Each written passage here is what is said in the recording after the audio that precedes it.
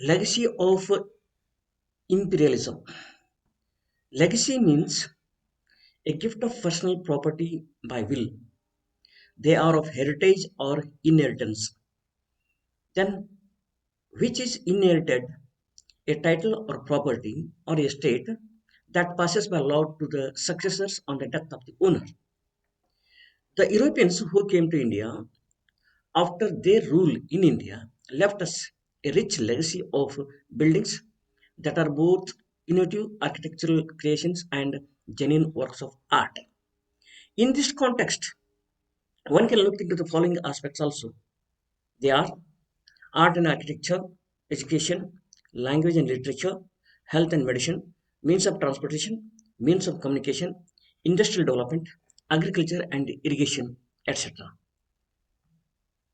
So these are the great buildings of architectural beauty. The first one is Gateway of India in Mumbai. The second building is Indian Institute of Advanced Study, Shimla. Rashtrapati Bhavan in New Delhi.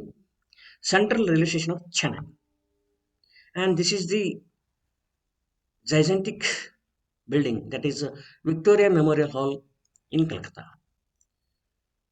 So, colonial legacy in India.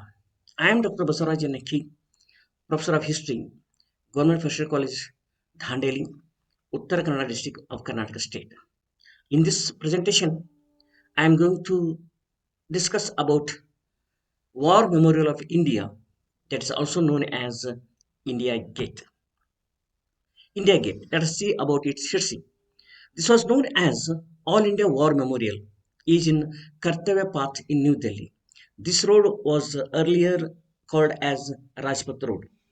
It is a memorial for the soldiers of the Indian Army who became martyrs between 1914 to 1921 in the First World War and the Third Anglo-Afghan War. It also included the names of the soldiers of the United Kingdom. The names of the great heroes who not only participated but also laid down their lives in the First World War and the Third Anglo Afghan War are scribed on the gate. They breathed their last in the battlefields in France, Flanders, Mesopotamia, Persia, East Africa, and Gallipoli. It has the names of 74,187 Indian soldiers and 13,300 of soldiers and officers of United Kingdom. This India Gate was designed by Sir Edwin Lutyens. Now let us see the inscription that is scribed on the India Gate. The cornice of India Gate is inscribed with imperial suns, while both sides of the arch have India, flanked by dates 1914 on the left and 1919 on the right. Below the word India, in capital letters, it is inscribed as Dead of the Indian armies who fell honored in France and Flanders, Mesopotamia and Persia, East Africa, Gallipoli, and elsewhere, in the near and the forest and in sacred memory. Also of those whose names are recorded and who fell in India or the northwest frontier and during the Third Afghan War. So this is the inscription that we find on India Gate. Now let us see about its architect. Sir Edwin Landseer Lutyens, who was born on 29th March 1869 and died on 1st January 1944. He was an English architect known for imaginatively adapting traditional architectural styles to the requirements of his era. He designed 26 war memorials in Europe, many English country houses and public buildings. The architectural historian Gavin Stamp described him as surely the greatest British architect of the 20th or of any other century. It was he who designed the present Rashtrapati Bhavan, which was earlier called as the Viceroy's House in New Delhi. So this is the magnificent building was also designed by Sir Edwin Landseer Lutyens. Now let us see who is the mastermind behind this project. The India Gate was part of the work of the Imperial War Graves Commission, which came into existence in December 1970 under the British rule. for building war graves and memorials to soldiers who were killed in the First World War. The foundation stone of the gate, then called All India War Memorial, was laid on 10th February 1921 by the visiting Duke of Connaught in the ceremony attended by officers and men of the Imperial Indian Army, Imperial Service Troops, and the Commander in Chief, and Lord Chelmsford, the then Viceroy of India. 10 years after the foundation stone, India Gate, the Memorial for Heroes, was inaugurated on 12th February 1931 by Lord Irwin, the then Viceroy of British India. 10 years after the foundation stone, India Gate, the Memorial for Heroes, was inaugurated on 12 February 1931 by Lord Irwin, then Viceroy of British India, who on the occasion said, "Those who after us shall look upon this monument may learn in pondering its purpose something of that sacrifice and service which the names upon its walls record. The Republic Day Parade starts from Rashtrapati Bhavan and passes around the India Gate." Canopy in 1952 with George V statue. In the autumn of 1930, Jagatjit Singh, the Maharaja of Kapurthala state, organized an appeal amongst the Indian princely rulers to erect a statue of King Emperor George V in New Delhi to commemorate the sovereign's recent recovery from sepsis, the final concept approved by George V before his death. An 18.75 feet tall marble statue of the King Emperor wearing his Delhi Darbar coronation robes and the imperial state crown, bearing the British globus cruciger and scepter, was placed atop the pedestal, which bore the royal coat of arms and the inscription George V R.I., that is, King Emperor. This statue was designed by Charles Sargent Jagger of the Royal Academy of Arts. Monument intended to mark the loyalty and attachment of the ruling princes and chiefs of India to the person and throne of the King Emperor. So this is the canopy in which the statue of George V installed in place. Now let us see. The statue's installation in the autumn 1936 amidst the Indian independence movement made it a target for independence activists. On the night of 3rd January 1943, during the Quit India movement, Hemavati Nandan Bhoguna and Manubai Shah scaled the statue, smashed its nose and draped it with a large black cloth inscribed "Death to the Tyrant." The statue remained standing at its original site for 2 decades following the nation's independence in 1947. But certain political fractions increasingly objected to its continued presence in its central location, particularly after the 10th anniversary of independence and the centennial of the Indian Rebellion of 1857.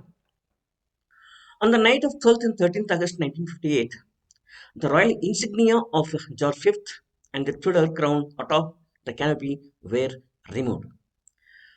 With the increasing pressure from socialist members of parliament, then Deputy Minister of Home Affairs Lalit Narayan Mishra stated in May 1964 that all British statuary would be removed from the national capital by 1966. 2 days before Independence Day in 1965, members of the Sanयुक्त Socialist Party overpowered two constables guarding the site, covered the statue in tar and defaced its imperial crown, nose and one ear, also leaving a photo of Subhash Chandra Bose at the monument. Finally, in late 1968, the statue was removed from its position beneath the canopy and briefly placed in storage before being moved to Delhi's Coronation Park, where it joined other British Raj era statues. During and after the statue's removal, it was often suggested that a statue of Mahatma Gandhi be placed under the canopy. The suggestion was even discussed in the Indian Parliament. In 1981, the government had, in response to a question in the Parliament, confirmed that it was considering the installation of a Gandhi statue under the empty canopy, but nothing came out of it. Finally, Netaji statue was installed in it by Narendra Modi. Canopy in the vicinity of the gate. This is a canopy which is situated near the India Gate. Netaji Subhash Chandra Bose statue. On January 21st, 2022, the Prime Minister Narendra Modi announced that a statue of Subhash Chandra Bose would be installed in the canopy of India Gate. The announcement came 2 days before the 125th anniversary of his birth. A 20 feet high and 6 feet wide 3D holographic statue of Bose was inaugurated at the site on 23rd January 2022, celebrated as Parakram Divas, that is Courage Day. Prime Minister Narendra Modi unveils the statue of Subhash Chandra Bose at India Gate during the inauguration of the Kartavya Path in New Delhi on 8th September 2022. So this is the photograph taken at the time the Prime Minister of India, Sri Narendra Modi, unveils the statue of Subhash Chandra Bose in that canopy. Construction of Amar Jawan Jyoti. Following the Bangladesh Liberation War in 1972, a structure consisting of a black marble plinth with a reversed rifle, capped by a war helmet, and bounded by four eternal flames, was built below the archway.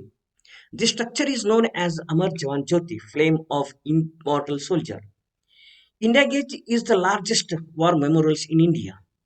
The Republic Day of India starts with the visit of Prime Minister of India to pay the tributes to the Amar Jawan Jyoti. So this is the picture of that Amar Jawan Jyoti. The Amar Jawan Jyoti was conceptualized and constructed in less than a month as per then Prime Minister Indira Gandhi's wishes to be made ready for Republic Day on 26 January 1972. A reverse rifle was placed with a war helmet on the top. All the four sides of the memorial were inscribed the words Amar Jawan in Hindi. At each of four corners of the main platform on which rests the pedestal or the urn which contained the flames. From 1971 to 2006, the flame was fueled by LPG cylinders. Observances, remembrances, and celebrations. Since 1972, every year on Republic Day, before the Republic Day parade, it had been customary for the Prime Minister and three service chiefs and dignitaries to place a wreath, an arrangement of flowers, leaves, or stems fastened in a ring and used for decoration for laying on a grave, that is wreath, at Amar Jawan Jyoti. On Independence Day, President of India laid the wreath. On 16th December, observed as Vijay Diwas, the Defence Minister laid a wreath. So these are the few of the glimpses of India Gate. The gate is illuminated with colors of Indian flag. These are the names of the soldiers engraved on the walls. These are the flags of Indian Armed Forces at the gate, and we can see the angled view of the gate. We can see the Indian Army at the gate. This is the dedication ceremony of 2019, where the then President of India honored the Indian Jawans, or he paid respect to the soldiers. This is the dedication ceremony of 2019, where the Prime Minister of India uh, honored the Indian Jawans. The flame at the National War Memorial being lit for the first time on 25th February 2019 by the Prime Minister Sri Narendra Modi. So, Services Days, Tri-Services Chiefs paying homage on Navy Day 2012. So, this is the majestic view of India Gate seen from the Kartavya Path. So, thank you. Thanks for devoting your valuable time, and your suggestions are highly commendable. My email ID is basavaaki@gmail.com. Thank you very much.